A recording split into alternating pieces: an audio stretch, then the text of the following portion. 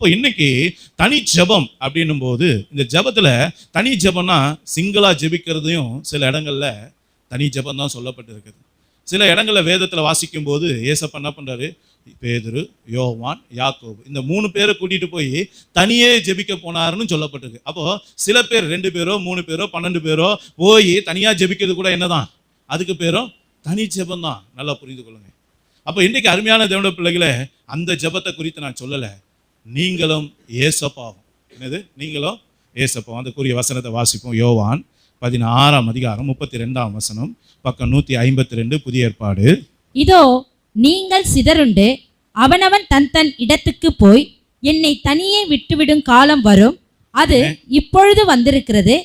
ஆனாலும் நான் தனித்திரேன், பிதா என்னுடனே கூட இருக்கிறார். இது நமக்காக எழுதப்பட்ட ஒரு வார்த்தை. அப்படின்னா என்ன அர்த்தம்னா, யார் நம்மளை விட்டு போனாலும் சரி, நம்ம தெய்வம் நம்மளை விட்டு போக மாட்டார். அல்லேலூயா. யார் உன்னை கைவிட்டாலும் சரி, நான் உன்னை கைவிட மாட்டேன். யார் நீ வேணான்னு சொன்னாலும் சரி, நான் உன்னை விட மாட்டேன் மகனே என்று சொல்லி கர்த்தர் நம்மோடு கூட ஒரு பேசுகிற ஒரு வார்த்தை. அப்ப தனி ஜெபத்துல என் அன்பு தேவ பிள்ளைகளை, உங்களோடு கூட ஒருவர் இருக்கணும். அது யார்? ஆண்டவராகிய இயேசு கிறிஸ்து. நீங்க ஆண்டவராகிய இயேசு கிறிஸ்துவை உங்களோடு கூட நீங்க சேர்த்து கொள்ளலன்னா இன்னொருத்தன் வந்துருவான். யாரு? அவனோ பிதாதான். யாரு? பொய்யுக்கு பிதாவா இருக்கான். நல்லா கவனிச்சிங்க. நீங்க ஆண்டவராகிய இயேசு கிறிஸ்துவை சேர்த்துக்கொள்ளணும்னா அவன் வந்துருவான். அப்ப உங்க தனிமையில நீங்க யாரோடு செலவு பண்றீங்க? ஏசப்பா கூட இருந்தா உங்களுடைய தனிமை வேற விதமா இருக்கும். ஆனா பிசாசோட உங்கள் தனிமை இருந்தா அது வேற விதமாக இருக்கும். அது உங்க வாழ்க்கையை நாசமாக்கிரும். இன்னைக்கு அநேக பிள்ளைகள் தனியா இருக்கும் போதுதான் பிசாசு மேற்கொள்ளுகிறான். அநேக பிள்ளைகளோட வாழ்க்கை சீர்கெட்டதா மாறினது எப்போதும் கேட்டு பாருங்க, தனியா இருக்கும் போதுதான் அநேக கெட்ட சிந்தைகள் வருகிறது.